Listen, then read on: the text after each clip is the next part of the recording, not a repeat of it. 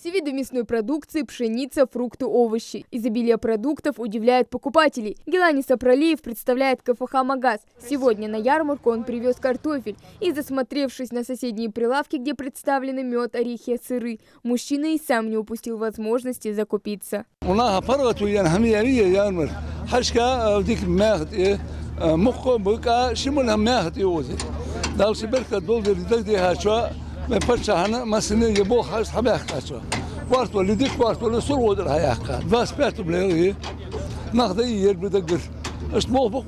Особенности могут оценить только покупатели. У нас горный мед один из самых лучших медов России.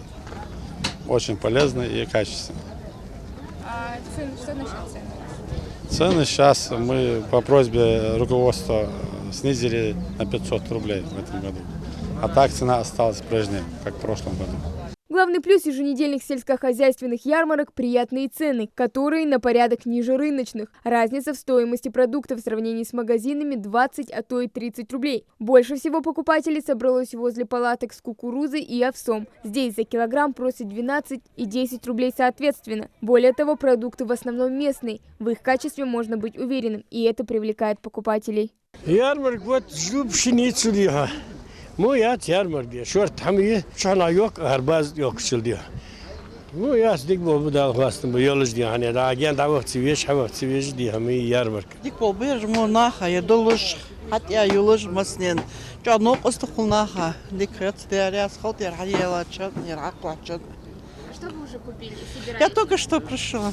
Я что возьму? Хочу мед посмотреть. Я ярмарка дагихаш, глава республики Ингушетия, Махмуд Али.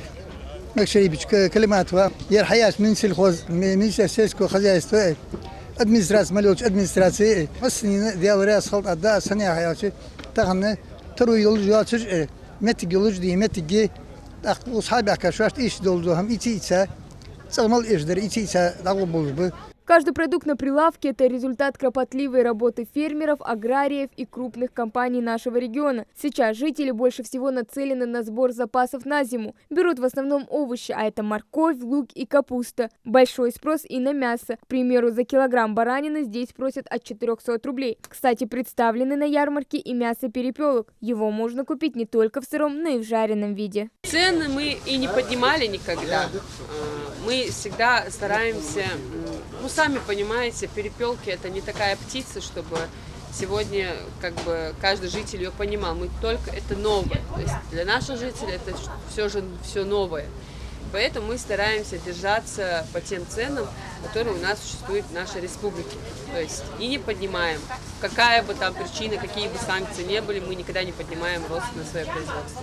Главная республиканская сельхозярмарка по традиции радует покупателей широким ассортиментом. Цены на ярмарке находятся под контролем регионального министерства сельского хозяйства и продовольствия. Есть специальная правительственная группа, куда входят работники Минсельхоза, которые выезжают утром на ярмарки выходного дня и проверяют цены там. И в эти цены мы потом уже на ярмарках как бы убеждаем этих сельхозтоваропроизводителей, что нужно продавать чуть ниже, то есть просим их.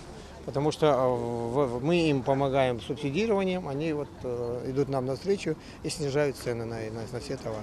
Сельскохозяйственные выставки организует Минсельхоз по указанию главы Ингушетии. Меры приняты, чтобы не допустить необоснованного роста цен на социально значимые товары, а также позволить предприятиям реализовать свою сезонную сельхозпродукцию. И таких вкусностей здесь немало. В следующий раз приобрести по минимальным ценам можно будет в Сунже. Ярмарка состоится 22-го на главной площади. Хава Гагиева, Асхаб Белакиев, Новости 24.